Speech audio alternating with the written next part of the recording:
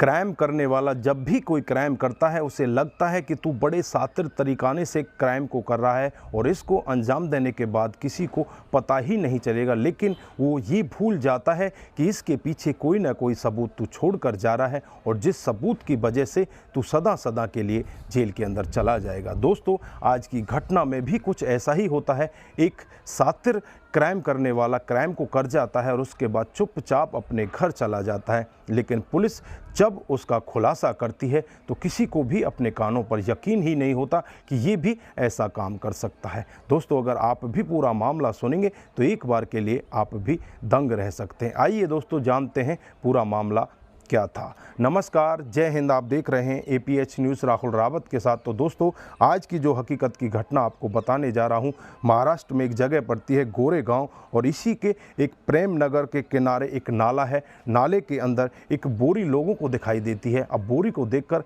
आसपास के लोगों में हड़कंप मच जाता है। तुरंत ही आनन फानन में पुलिस को फ़ोन करते हैं। पुलिस मौके पर पहुँच जाती है और जब उस बोरे को नाले से बाहर निकाला जाता है तो उसके अंदर लगभग 30 से 35 साल का एक व्यक्ति जो कि मृत अवस्था में पड़ा होता है। अब पुलिस के लिए बड़ा सवाल कि ये व्यक्ति कौन है।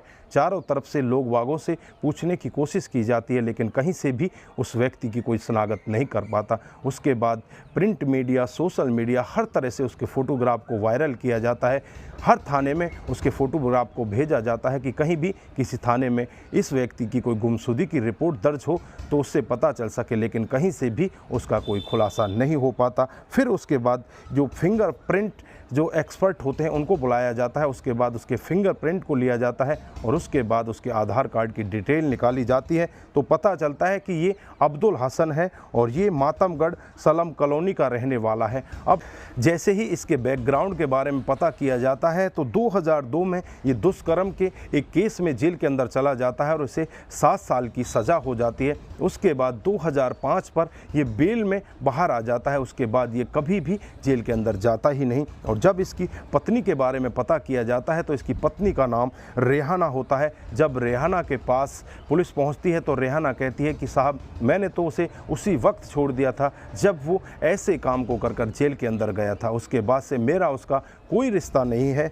उसके बाद मैंने एक दूसरे व्यक्ति से शादी कर ली जिसका नाम अजीत पटेल होता है। मैं उसके साथ बड़े अच्छे तरीके से रहने लगती हूँ। अब पुलिस के लिए बड़ा सवाल कि इसको मारने वाला कौन है, किस तरह से इसकी खोजबीन की जाए। फिर आसपास के जो खबरी होते हैं उनको काम पर लगा दिया जाता है। खबरी बताते हैं कि इसका एक दोस्त है जिसका नाम नीलेश भोडसे है जो इसके पास बहुत ज़्यादा बातचीत किया करता है। फिर इसके मोबाइल की CDR रिपोर्ट निकाली जाती है तो उसमें साफ पता चलता है कि नीलेश से इसकी काफ़ी ज़्यादा बातचीत होती है। फिर नीलेश के पास पहुंचा जाता है तो नीलेश वहां से पहले ही घर छोड़कर फरार हो जाता है। उसके बाद नीलेश के मोबाइल की CDR रिपोर्ट निकाली जाती है तो उसमें एक और नंबर दिखाई देता है जिसका नाम अंकिता होता है। उम्र 26 साल होती है, जो इसकी गर्लफ्रेंड होती है। अब पुलिस अंकिता के घर का रुख करती है तो अंकिता से जाकर बातचीत करती है तो अंकिता भी यही कहती है कि हाँ साहब, मैं उसके साथ प्यार प्रसंग में थी, लेकिन कई दिन हो चुके हैं, कई दिन पहले से ही वो मुझे छोड़कर भाग चुका है। मुझे नहीं पता वो कहाँ है और किस तरह की हालत में है। उसके बाद पुलिस अपने खबरियों को काम पर लगाती है और खबरी एक दिन खबर देते हैं। 15 अक्टूबर 2014 को नीलेश को गिरफ्तार कर लिया जाता है और नीलेश से जब बातचीत की जाती है तो नीलेश एक ऐसा चौंकाने वाला सत्य बताता है जिसे सुनकर हर कोई व्यक्ति दंग हो जाता है। नीलेश बताता है कि साहब, मैं एक गाँव का रहने वाला होता हूँ और अपने भाइयों के साथ मुंबई आ जाता हूँ। मुंबई काम की तलाश में होता हूं और मुझे यहां पर फिल्मों में डुप्लीकेट रोल करने को मिल जाता है जिससे मैं अच्छा खासा पैसा कमाने लगता हूं। 2005 में अब्दुल हसन जेल से बेल पर बाहर आ जाता है। बाहर आने के बाद वो अपने आप को छुपाने के लिए हर वक्त जगह बदलता रहता है। उसके साथ मेरी दोस्ती हो जाती है और दोस्ती भी इतनी गहरी हो जाती है, हम दोनों एक दूसरे के साथ ही अपना दिन बिताया करते हैं। रात को भी कई बार एक साथ ही बैठा करते हैं। धीरे धीरे ऐसे ही समय बीतता रहता है। मैं अपने भाइयों के और भाभीयों के पास रहता हूँ। मेरी एक भाभी होती है जिसका नाम सबिता होता है, अब्दुल हसन उस पर गलत निगाहें रखने लगता है, उसको इस कदर देखने लगता है कि जैसे मानो इसको घूर घूर कर ही खा जाएगा। इस तरह से जो भाभी होती है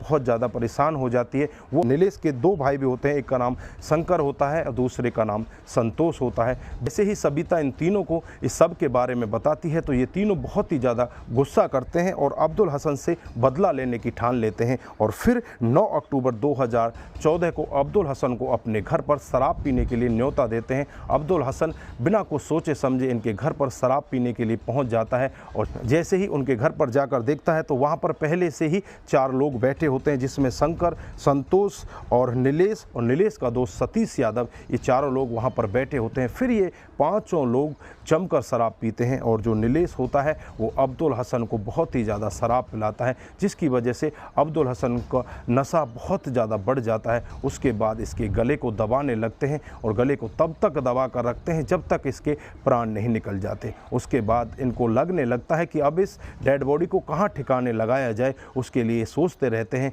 और रात का इंतज़ार करते हैं। रात को एक 4 पहिए की गाड़ी का इंतज़ाम किया जाता है, उसकी डिग्गी में इस डेड बॉडी को रखा जाता है और फिर पहले तो ये जंगल में इसे फेंकने का प्लान बनाते हैं, लेकिन इनको लगता है कि जंगल में अगर फेंका तो पुलिस वाले जल्द ही पकड़ लेंगे। फिर ये प्रेम नगर के पास एक नाला होता है, उस नाले के पास जाते हैं और एक बोरे के अंदर बंद करके उस डेड बॉडी को नाले के अंदर फेंक कर वहाँ से चुपचाप फरार हो जाते हैं। किसी को कानो कान खबर नहीं लगती।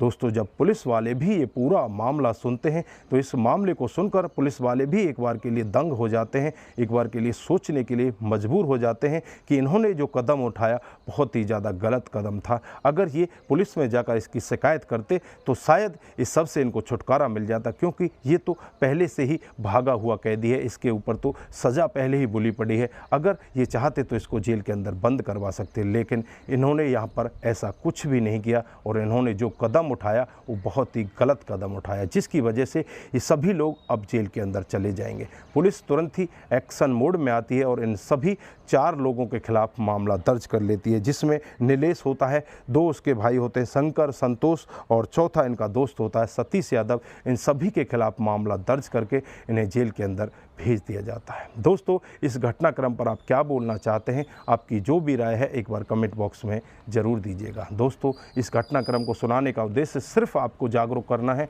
आपको बताना है कि हमारे समाज में इस तरह की घटनाएं भी हो रही हैं। दोस्तों, आज के लिए बस इतना ही, फिर मिलते हैं किसी नए मोड़ के साथ। तब तक के लिए आप अपना ख्याल रखें, अपने परिवार का ख्याल रखें, सतर्क रहें, सावधान रहें और ऐसे क्राइम को अपने आसपास ना होने दें। नमस्कार, जय हिंद, जय भारत।